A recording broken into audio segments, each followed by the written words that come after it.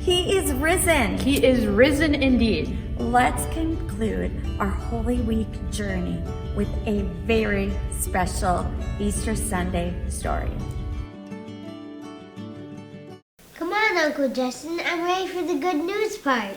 Me too. Well, let's review from yesterday. I think we ended with Jesus in the tomb. A tomb is kind of like a cave, right?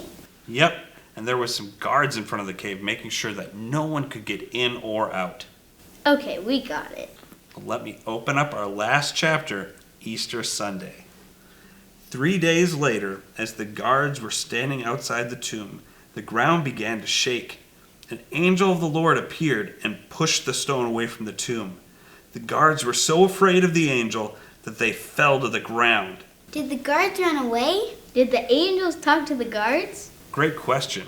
He didn't talk to the guards, but the angel talked to some of the women who were coming to the tomb. Let's see what he said. Do not be alarmed. You are looking for Jesus the Nazarene, who was crucified. He was risen, but he is not here. But go, tell his disciples and Peter they will see him just as he told you. Don't be alarmed. Like a fire alarm?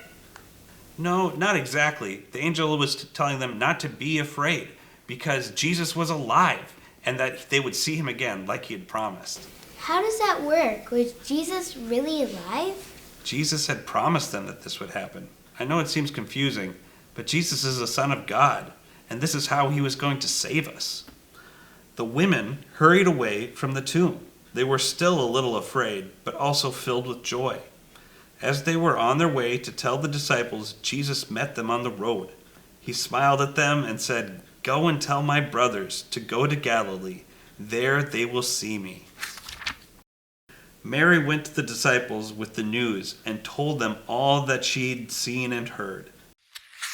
Jesus spent many more days with the disciples and others. Then Jesus went to heaven to be with God. What's so good about it? Jesus still loved his friends. So here's the deal. Jesus' friends didn't have to be sad anymore.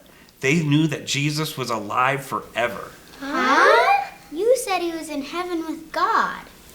This is what Jesus meant when he said he came to save us. He knew that he was going to have to die on a cross, be buried in the tomb, and rise again and live with us forever for eternity. And so we get to invite Jesus into our hearts so that he can be our forever friend. He forgives our sins, and then we get to live with him in heaven for eternity. That's so cool. That story is really good news. I'm going to tell all my friends about it. I hope that each of you gets to share the Easter story with all of your friends so they can invite Jesus into their hearts and be his forever friend too. Thanks, Uncle Justin. You're the best. Thanks, guys. Jesus is King. That is such good news, and not just to celebrate today, but every day. Happy Easter!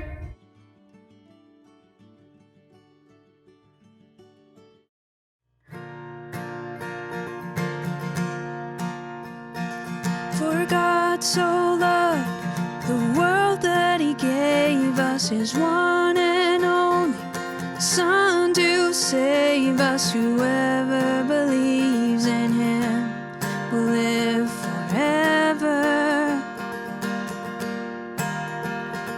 For God so loved the world that he gave us his one and only Son to save us. Whoever believes in him will live forever.